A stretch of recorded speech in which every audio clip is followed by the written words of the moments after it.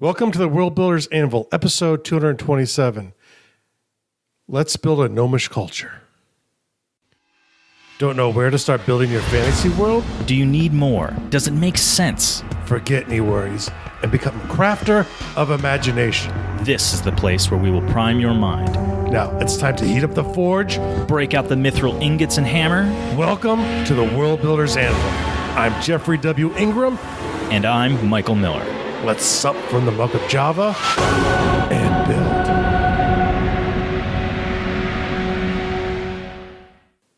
Welcome back, as always. I'm Jeffrey W. Ingram. And a little stressed out today, I am Michael Miller.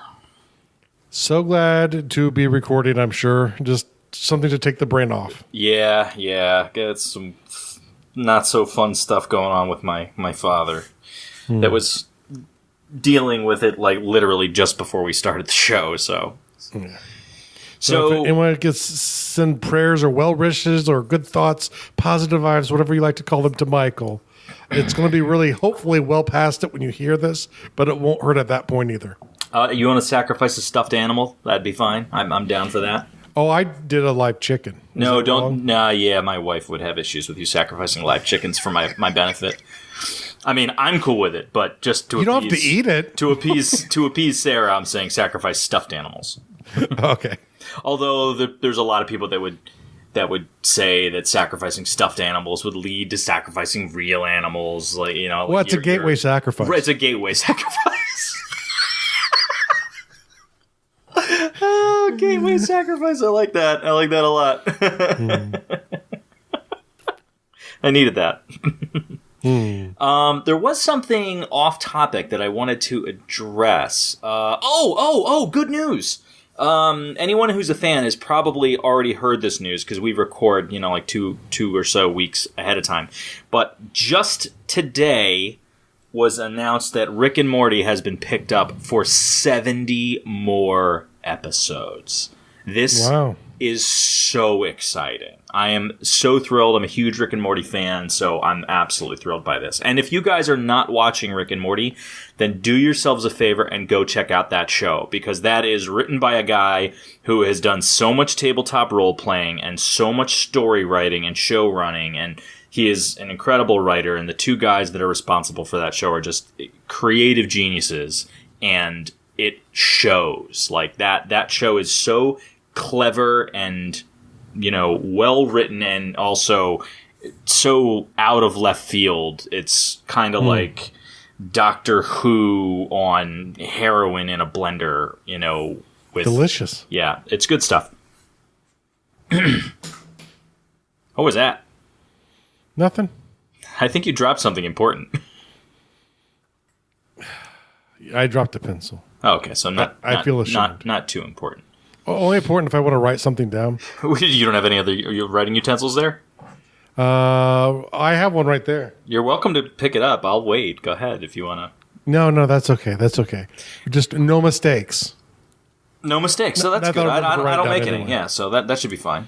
So episode 3 of our 46-part series on how to build a vehicle. On that's how it started, isn't it? Yeah. On gnomes. And the irony is that literally like all yesterday and all today, I have been thinking about the gnomish vehicle build, because I thought we were up to that. I had forgotten that we continued. You inserted this one. I know, it was on me. I did it. But all today, I was like, I'm all thinking about this vehicle. And then I realized, like, when I got your email, I was like, I guess we didn't fully build the culture last week. Oh, that's right. I did insert another episode. So, yes, this is part 3 of our ongoing tribute to gnomes. To gnomes. A.K.A. the little derricks. The little derricks. I hope people have been throwing things at Derek. At this point, that people will have heard, I think the first episode already dropped. I think it just dropped. So I haven't heard any fallout from Derek yet, but I'm hoping to. Is that the one that went live this week? I think so. No idea I think the first Gnome one went live. It might be the first Gnome one. It might be the first Gnome one that went live this week. Yep. All right. So we introduced gnomes. We talked about the frame. Jeff got into some background, and today we're going to be fleshing them out even more to ramp into the vehicle build, which is what was intended all along. Yeah, and some of this, it's like we're kind of focused more on the culture this time. Last episode was about the racial makeup, which if you go back and listen to my episodes on racial makeups, I don't assign a lot there because to me the culture develops in part out of who they are and where they are. See, I find I agree with the order in which we're taking this because for me, I kind of have to think about their physiology before I can think about their culture and society. Yeah, exactly. Because what's the point? Of coming up with this culture that makes no sense because you have a creature that's half the height of all of the other creatures, and it wouldn't make sense to have them, dual wielding two-handed axes and getting obliterated because they have a slow weapon and they're slow. I've created this amazing architecture that they build, but I've decided that they're globule and they have no skeletal structure. So I'm not I don't sure. know why there's a doorway, I'm not but sure how I'm gonna. The most impressive part. I'm not sure how I'm gonna fit that in because they can basically travel through a tube. But I came with these great archways that they're known for assembling, and When I was screwing around last night on Ribo, someone actually infiltrated something by turning themselves into goo and passing through an air vent to get into the main chamber. Nice. It was kind of gross in my opinion. What, liquefying yourself? Yeah, basically. But it was more of a thick liquid, so it was kind of rolling through the thing. Viscous? Very or not very viscous. I always forget which way viscous rolls. Did they maintain their outer yes lines? So like their fingers were still their fingers. They were just kind of a liquidy form. The skin was intact, but the inside kind of liquefied. Because I also what would it be to if you could actually liquefy yourself and genuinely be a liquid, but still just the liquid doesn't separate, and then your parts could roll over themselves and roil around and mix, but then on the other side you're just okay, my body knows how to reassemble itself in the proper order, and then solidify my bone structure. This would be a super handy ability because basically you could argue that that a broken bone would be a non-thing. The bone broke. Oh no. Okay, I'm just going to liquefy myself, put myself back together, and I'll be fine. Mm-hmm. Yeah. Well, the thing is, it shows how dumb the characters are in the story because none of them were kind of questioned that. Wait, you're a relatively young carver mage, and you know a spell that allows you to do that? How's that even possible that you've learned and mastered enough to on the fly pull off a spell like this? Yeah. No one questioned little it. Foreshadowing. She might not know learned her magic. Yeah, the character, whoever it might be. That sound. Is it what is this from? This was just me. I was screwing around with a heist story during my last NaNoWriMo, and the lead character did that as part of an initiation. I mean, that's some powerful magic in your world. That's a significant feat to pull off. That's big boy magic, and for a young, relatively untrained mage, alarm should have been going off to especially one character in particular. But then again, no one witnessed how she got in. She just got in. In. Yeah. Well, I mean, because one could argue there's other ways to do it. You could isn't there a relatively easy way to turn your body to air? Or maybe in the GURP system, but once again, for me, that's big boy. Radical transformations are high energy cost. Gotcha. So once again, you have to know it and well enough, and in learned or magic, you have to perform out something to do it until you get skilled enough that you can put it away. So the carver mages in Bedrachum literally carve the runes necessary, essentially the equation, but really it's the spell. They carve the spell into wood, and that sort of over time puts magic into it. So if there's an expensive magic cost, they're doing it while they're creating this carved thing. Later on, they can snap it. So kind of like a scroll at that point, a one-use scroll, where they can kind of snap it to release the magic and focus the effect. When you say snap it, you mean they break the piece of wood? They break the piece of wood. Yep. Okay. Neat. That's kind of cool. I wonder if you, and don't confirm this, because if you don't have one, then you totally should. If there is like somebody who's been working on a piece like all his life, like he works on all these other stuff and he carves stuff every day, but he's got one piece that he's literally been carving for a lifetime. And maybe it's like at the end of my life, I can break it and restart. Transfer my soul into a jar. Soul jar. That's not what I was thinking, but yes, I mean an equivalent of that, like some sort of life cheat, death cheat. I like the death cheats. There was well, remember, in my world too, you can use the aspect of magic to try it to live longer and to sort of transfer your consciousness. There is a huge cost to that, which we won't go over here. But it's kind of obvious. Magic cheating reminds me of playing Magic the Gathering. I was hanging out with my friend Ellie, who, big shout outs to my good friend Ellie, who he and I became friends because of playing cards together. And he used to work in a shop, and somebody was in the shop one day and we were talking about a new creature, but it was a very expensive casting cost to put this creature on the board. And I was like, oh yeah, that's awesome. All the cool effects. Because I don't remember what creature it was. It had some great effects or whatever, but someone's like, oh man, but the casting cost. And I'm like, Ellie, please explain. And he's like, Michael doesn't pay casting costs. like I always try to find a way to cheat the system so that I can get a given thing. Well, that's playing the game, right? Well, right, yeah. I here's this awesome effect. It costs 10. How can I do it for 3? Or for free? Or how can I do it and gain something in the process? And there's always ways.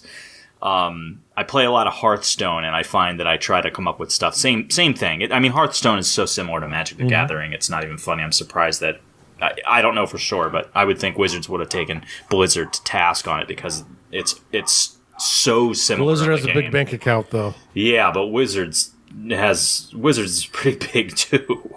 I mean, they're both. I don't think they're Blizzard big. You don't think? No, absolutely not. Not even close. You know how much money World of Warcraft alone has made? Well, that's true. That's true. But now I'm curious. Okay. Now I'm curious because I'd like to know this comparison. All right, so let's hop in here and get to some gnome culture building since we're like 14 minutes in already. Okay. The first thing I like to think about when I'm building a culture is sort of symbolic inspirations. And symbols are really based kind of very minute things.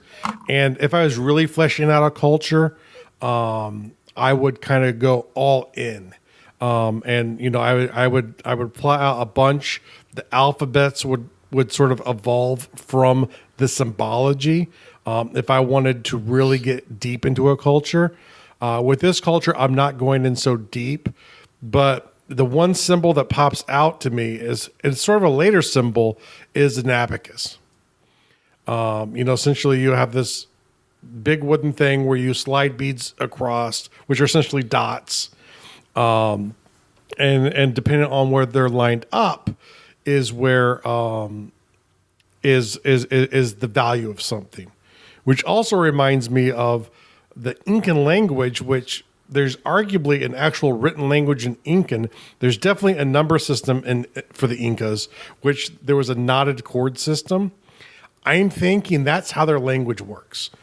I'm sort of going to take that from the Aztecs. I'll probably never be able to flesh it out, not to being skilled enough, not having enough cable to make it, but it will be inspired from their actual native language in its written form, or like long chords with knots tied into it.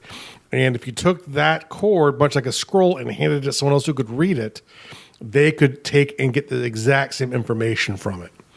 And the cool thing is it's a very alien language system compared to anyone else in the world, which is probably why they latched onto it. And the idea of the abacus, I think, is important too. So a lot of their symbols are probably sort of dots. Dots are going to be very important for them. So like one dot is a unit, and stacked dots are different units. So there's probably a lot of dots as well too. So dots and this knots in ropes hanging from a rope. Could you, if I can find an image from it somewhere, I'll throw one up in the show notes. Could you, or would you want to incorporate dominoes in some fashion, dotted tiles? There could be. That could be.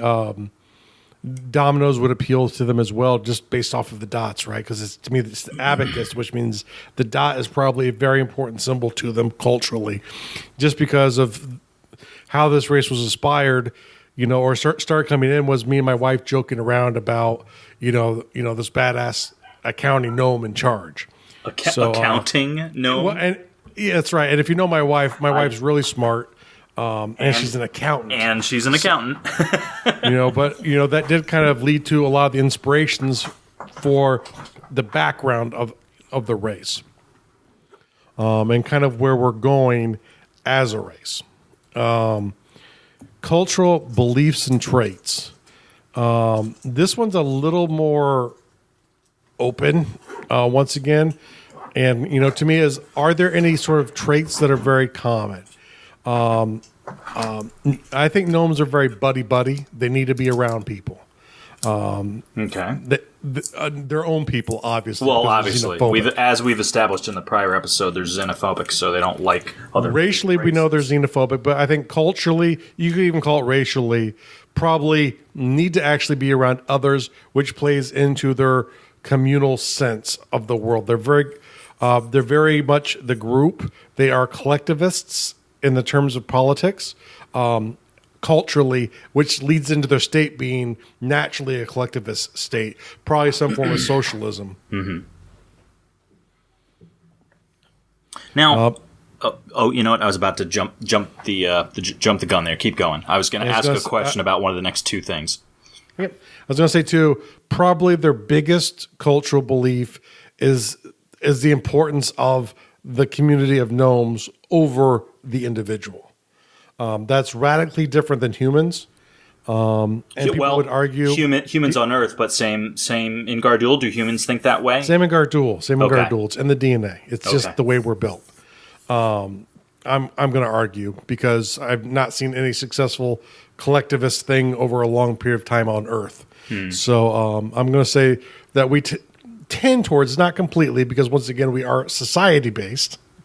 We need the society, but as individuals, it's our own desires and growths which sort of spur advances in humanity, where it's working towards the good of the gnomish community, which does it to gnomes.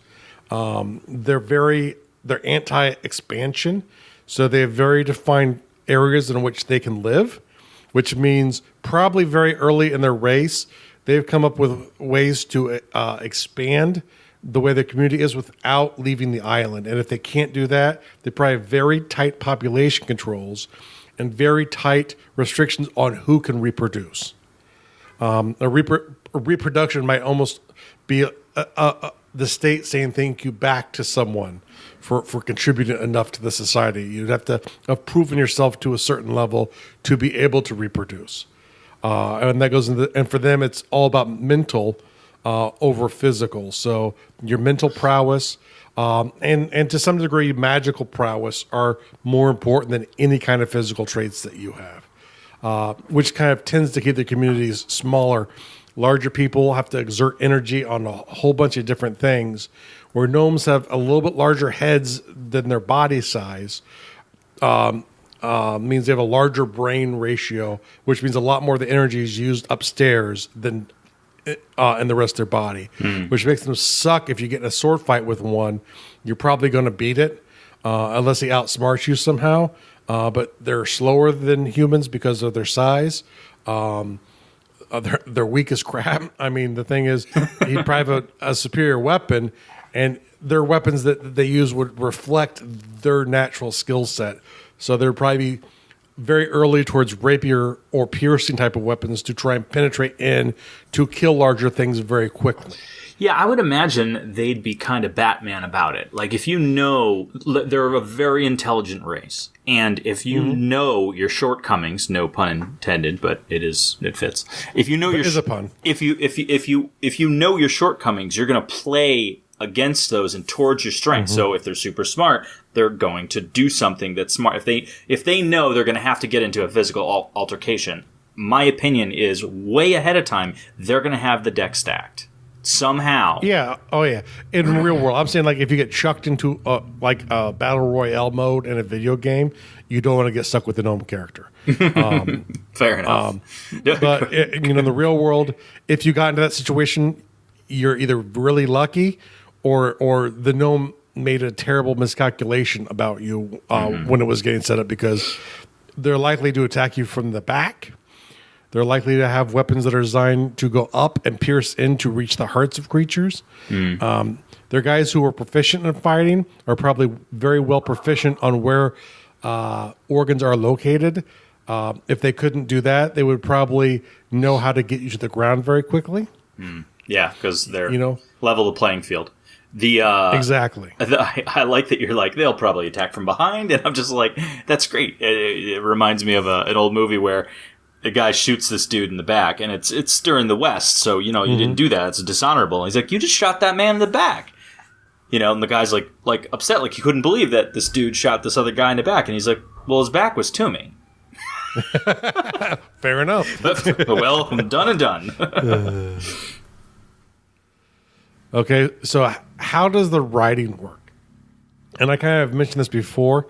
It's going to be long corded ropes that have different length ropes that sort of go down. Think of like a xylophone almost, or a pan flute, really, but out of ropes. Can I offer a suggestion on that, just on the material, because you figure they're smaller. Would string as opposed to rope not be better, especially since they are such intelligent?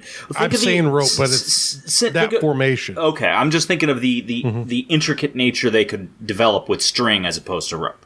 Like maybe children work with rope. But essentially, what would happen is you'd have a long cord at the top, which other various sort of think of like a pan flute in shape. Okay. So it'd be kind of like a pan. Like some chords would be shorter, some would be longer. That all means stuff, which I don't know what it is right now. But essentially, the different lengths would help identify what they're saying and what the facts are. There would probably be colors mixed in as well too to help pull it all together. But they would just start taking a chord and start putting chords to it. It would be a very, very, very, very skilled writing system. The nature of I don't know if you're choosing left to right or right to left, but the nature of it being hanging and the pan flute idea makes me think of a binary system. It reminds me that if you're talking binary or even hexadecimal, as you move further away from the starting point, the values get larger. Yeah. So they would probably have a certain thing for numbers, which are some of them, and the length and the position would indicate if it's tens or hundreds or thousands or decimals. So they could very easily, with a system like that, have a decimal system that goes to not to infinity, but to very large numbers in a very small space. But the skill to put them together would be high. So scribes would be a lifelong job. And one of high importance. Not everyone could probably read, or at least write. They might be able to read, but they can't all write because it's a very time-consuming and intensive skill. But that's just how I see it. It makes sense to me too, because they'd probably maybe even started in a different way, probably in an ideogram or a different type of language, but they probably changed it. Because no one else uses a writing system like this. And it's very much inspired by the Incans, and they had these corded ropes that we know were used at least for accounting. There are people who argue it was actually a language because of some first-person accounts from Spaniards interacting in the court and learning about information from the runners would carry these bundles with them and hand them off until it got to the capital. And so when it would get to the capital, a scribe there could unroll it and read it.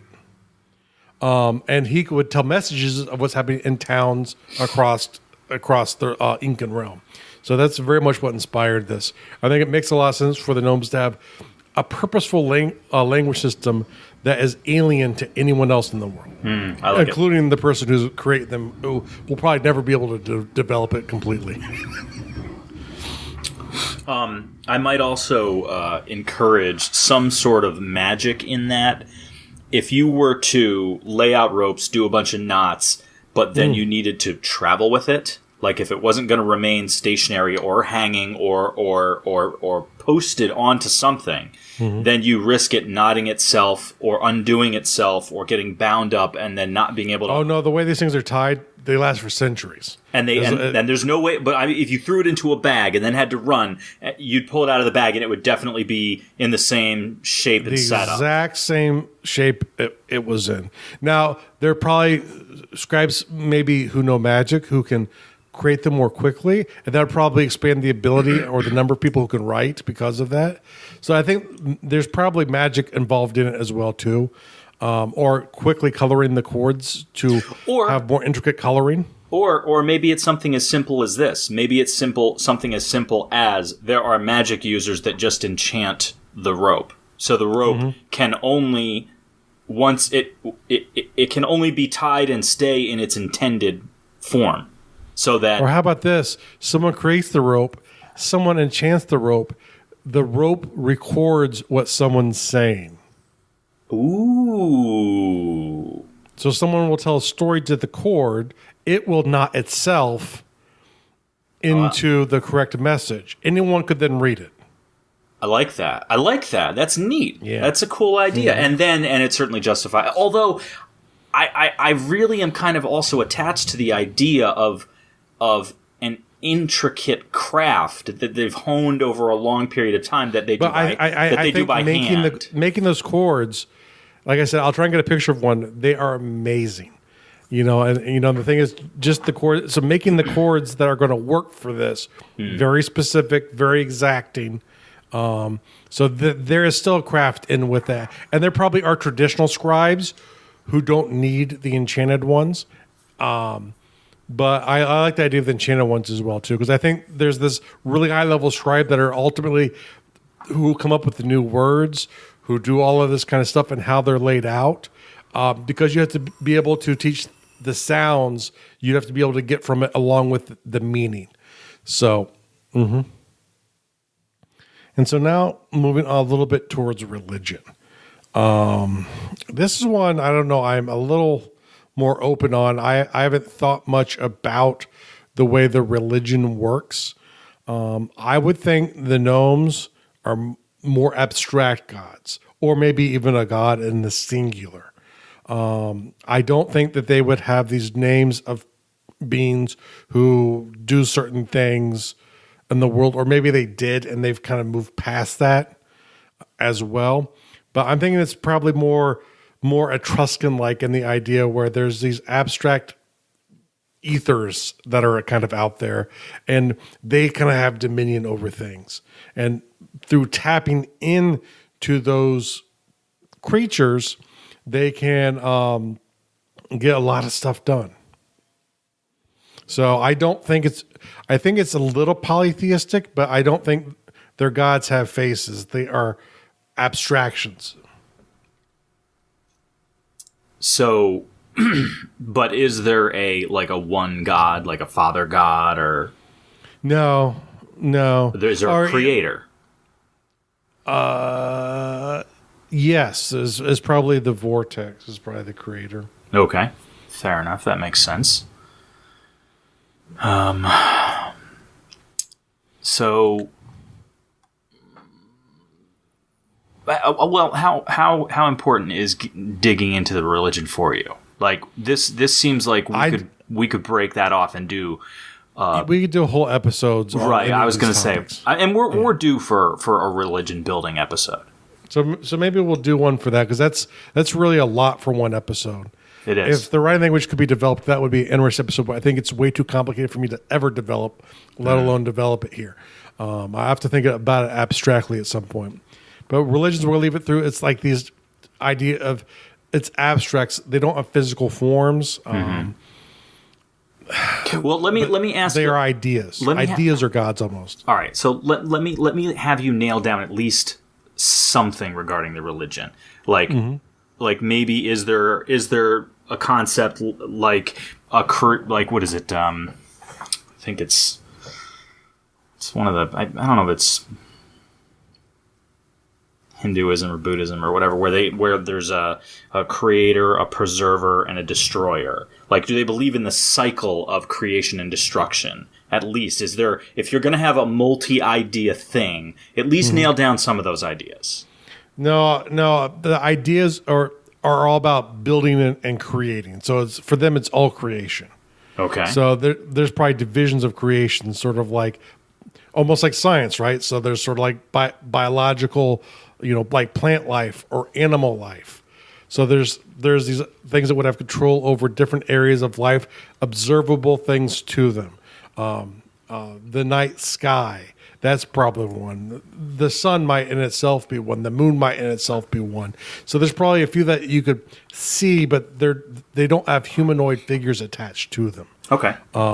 So it's like polytheistic religions in the fact where they have gods over certain things like harvest or planting, but they don't have, they're not like gnomes, or they're not some kind of humanoid style creature. Yeah, they're literally like ether. They don't attach something so pedestrian to their belief system. Well, the thing is, if they were humanoid nature, the gnomes have to kill them. So it's probably just better this way. Unless they were gnominoid. Gnominoid, that's true. Gnominoid.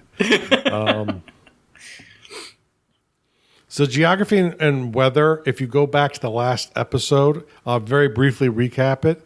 The idea is it is a tropical island, but in the center of this tropical island, which is a relatively large island, there are pretty high mountains, which cause it to have a temperate and a tropical zone on this island, which, because of the tropical weather coming through, higher up is clouded in mists and is very hard, and so very wet all of the time. Down below, you have wet and dry seasons, but the mists are stronger at some parts of the year than others, but the mist is always kind of above, clouding the upper levels of the of the mountains on the island, which one helps them not get seen from a far distance. As far as they are tall, they're probably thickly wooded and planted. The surface probably has a wide-ranging style of life, from caimans and crocodiles to monkeys and all kinds of other little critters that probably end up getting eaten. Many forms of plant life, some probably more dangerous than others. Possibly enhanced by the gnomes itself at some point, at least. But they have some really hard tropical woods like ebonies. They have really hard stone like granite from the mountains. They have a wide ranging stuff. I think they live in the temperate zone. They probably have caves and tunnels that get them down to the sea level. And so they probably, on the surface, don't come out near the shore often. They probably have observation points overlooking all of their coasts, and they could probably get to it very quickly from underground. They probably already start to have, in the Iron Age, fortified built-in positions to help defend the island, so it looks like a rocky outcrop. When you get too close and you're well within range, they have something come from below. This thing will probably start opening up on you. They probably already have overlapping fields of fire. It's probably a very devastating island to land on. And then they would hide all the corpses. They'd eat them. Delicious. I like that. Do you? Are the gnomes cannibalistic to other humanoid creatures? No, because they wouldn't want them inside of them because it might taint them somehow. Impurities. Okay. And they're not like other races that want to intimidate races. They don't want to intimidate you. They want to kill you. They just want you dead. Yeah, but they would hide the corpses. They don't want like their beaches littered in skeletons. Of course not. So like any shipwreckage would be made sure to get out and sunk. Any corpses would be dragged off into the woods. Well, I mean, would they do that, or would they pull it in and use it as a resource? It would depend. I mean, in theory, they might pull it and use it as a resource, but typically when they open up on something, it goes down. Fair enough. Like I said, they're going out with brutish force, but they might extract certain things from it. Okay, so geography-wise, they have lots of really good building elements, though. I think higher up in the mists, they probably live on the surfaces and in the mountain a little bit. The really important stuff would be deeper in the mountain. And I think at the base of where they've decided to move to, they have tubes with spells on them. So if you try and burrow up from underneath, magma will be released and flood the tunnels. So you can't come up from below to where they are, or you'll be devoured by magma.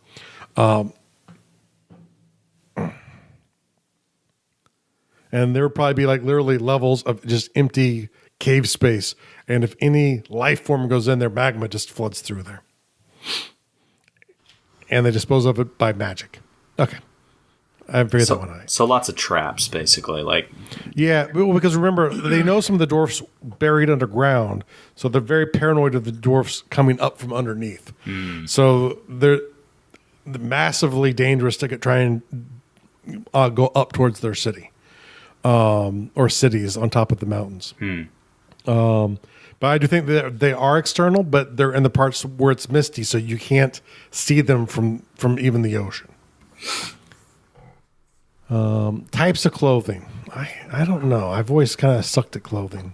I love the idea, if they're on an island, that they're all just wearing like Hawaiian shirts most of the time. Just because I think that would be really funny. Well, let's think about it. You're talking short, squat dudes just start murdering people in Hawaiian t-shirts. Just start murdering everybody. Just blood stained all over them.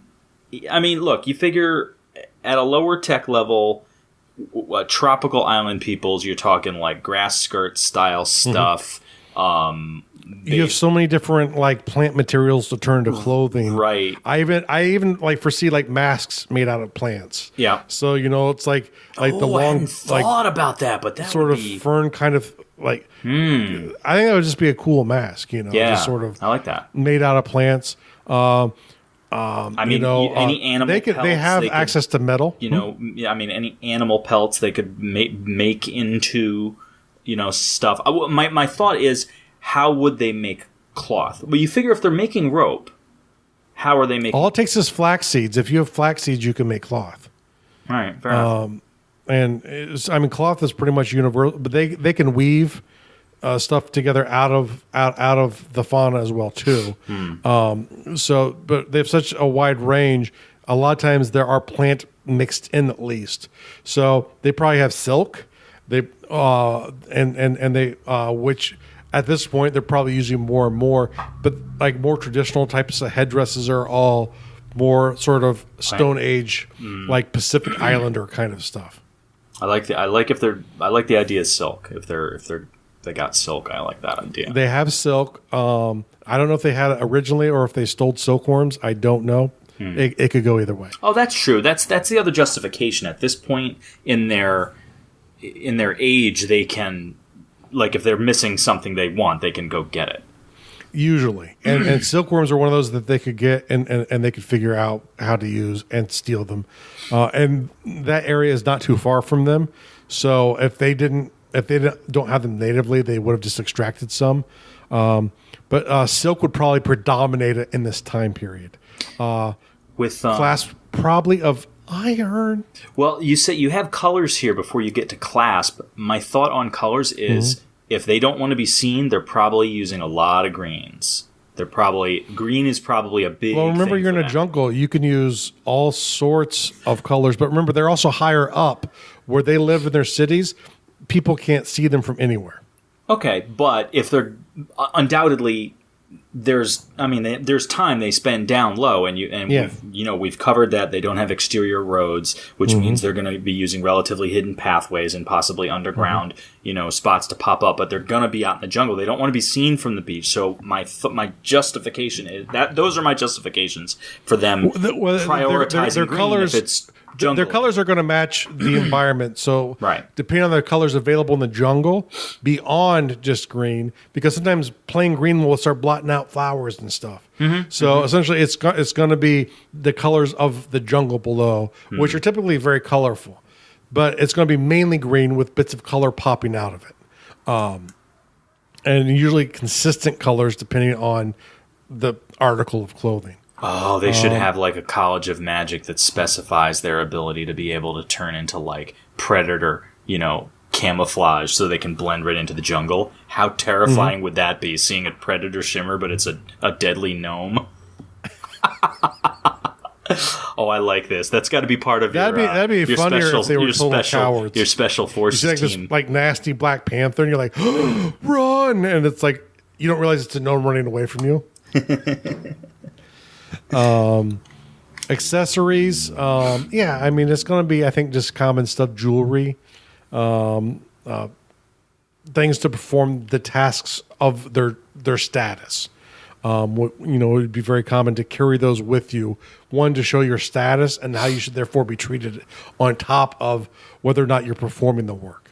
So they might have some sort of physical adornment that signifies, almost like in the military, you'd have like an insignia for your rank, something like that, but on a societal level.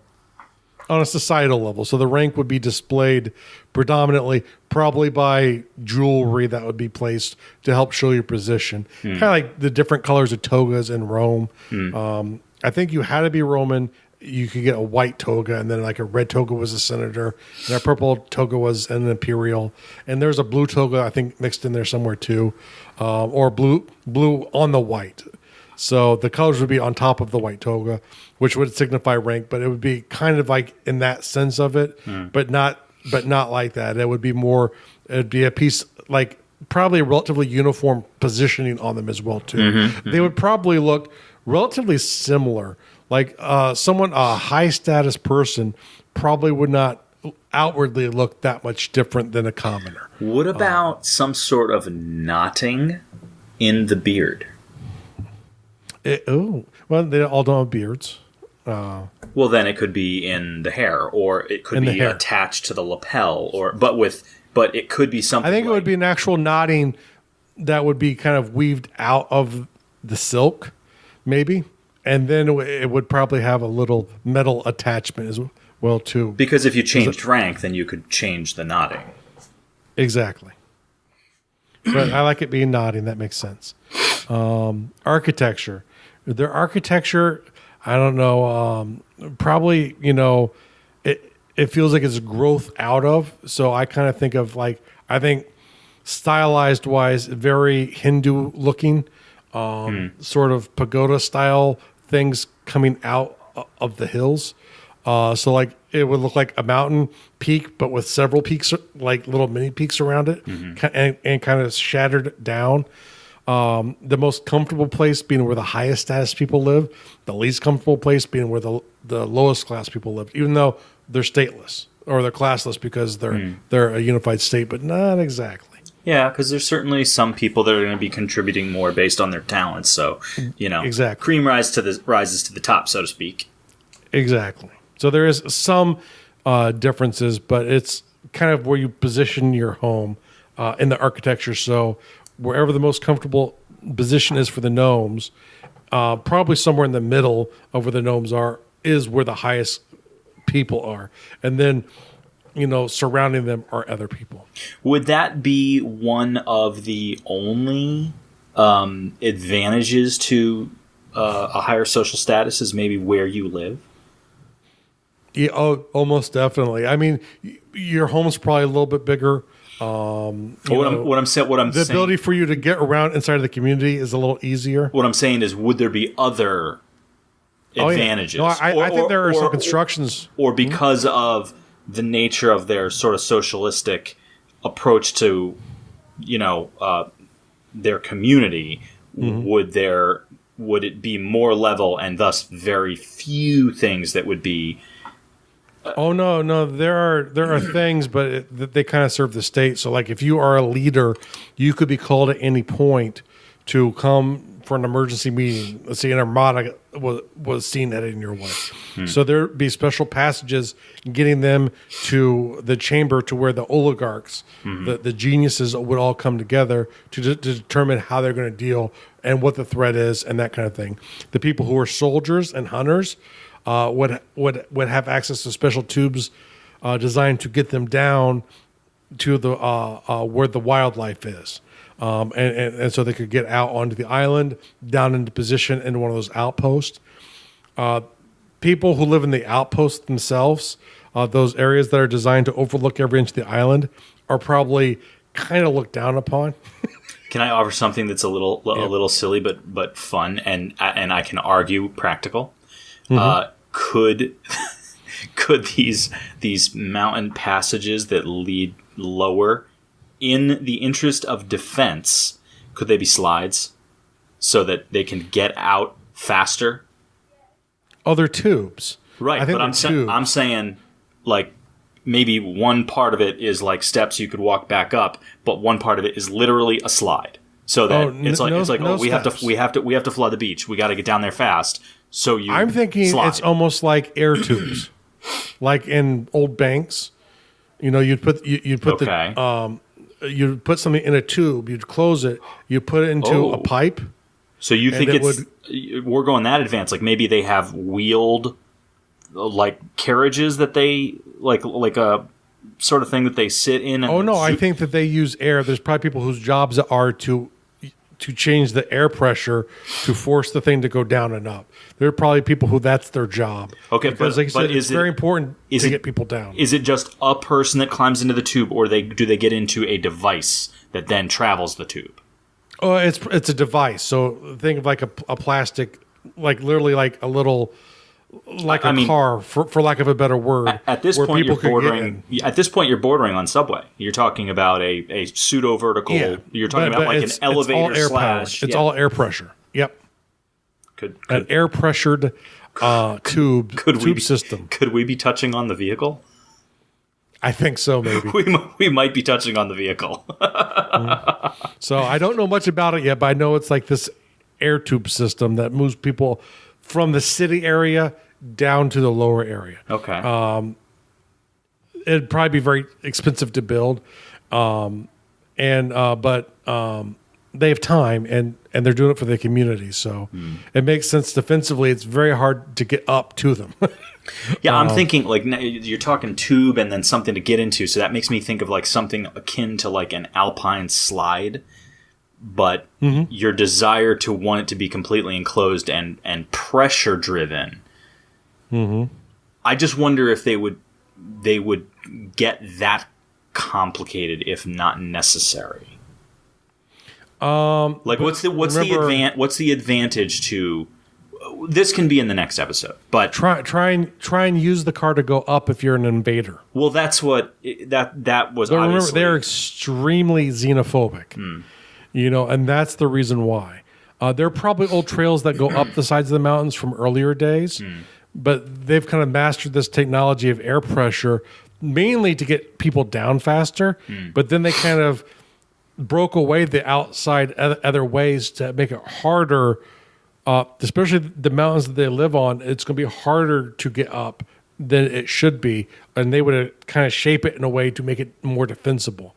Not to mention they are afraid of things getting up there. Yeah, and anybody trying to go up the outside of the mountain, it's littered with traps. So it's littered with traps. You will reach cliffs on any face at some point and a good distance of it. It won't necessarily be like a squared out section below it, but there would be like purposeful clips carved into the mountain. Yeah, they've had time to carve the mountain the way they want it to make it better defendable. So at this time, they've been around for thousands of years as a state, and other areas are just getting around. They've been a state for several less thousand years, but this is all they've been working on.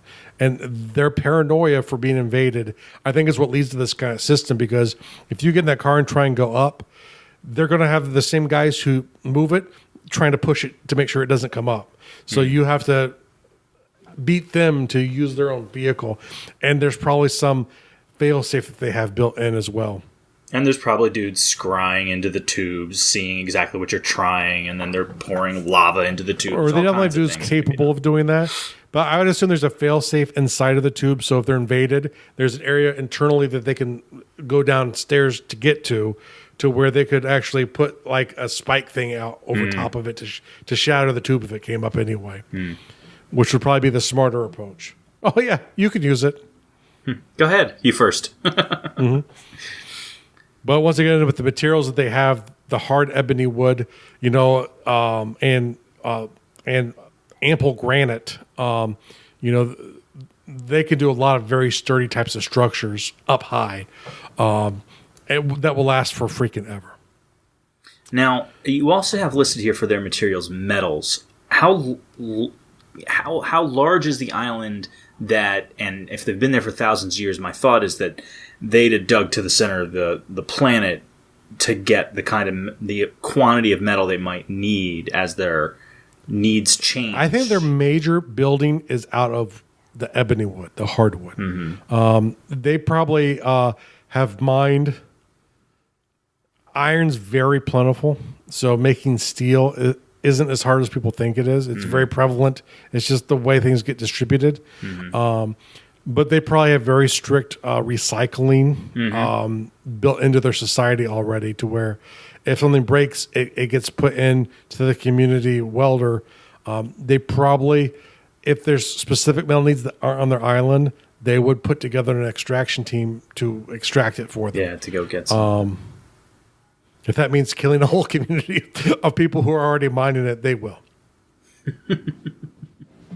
Wait till they're done mining it, then we'll go get it. Yeah. With their scrying, they wouldn't start there. They would start going, okay, where's that type of metal not around people? And they would start there if possible. If not, they'll kill you.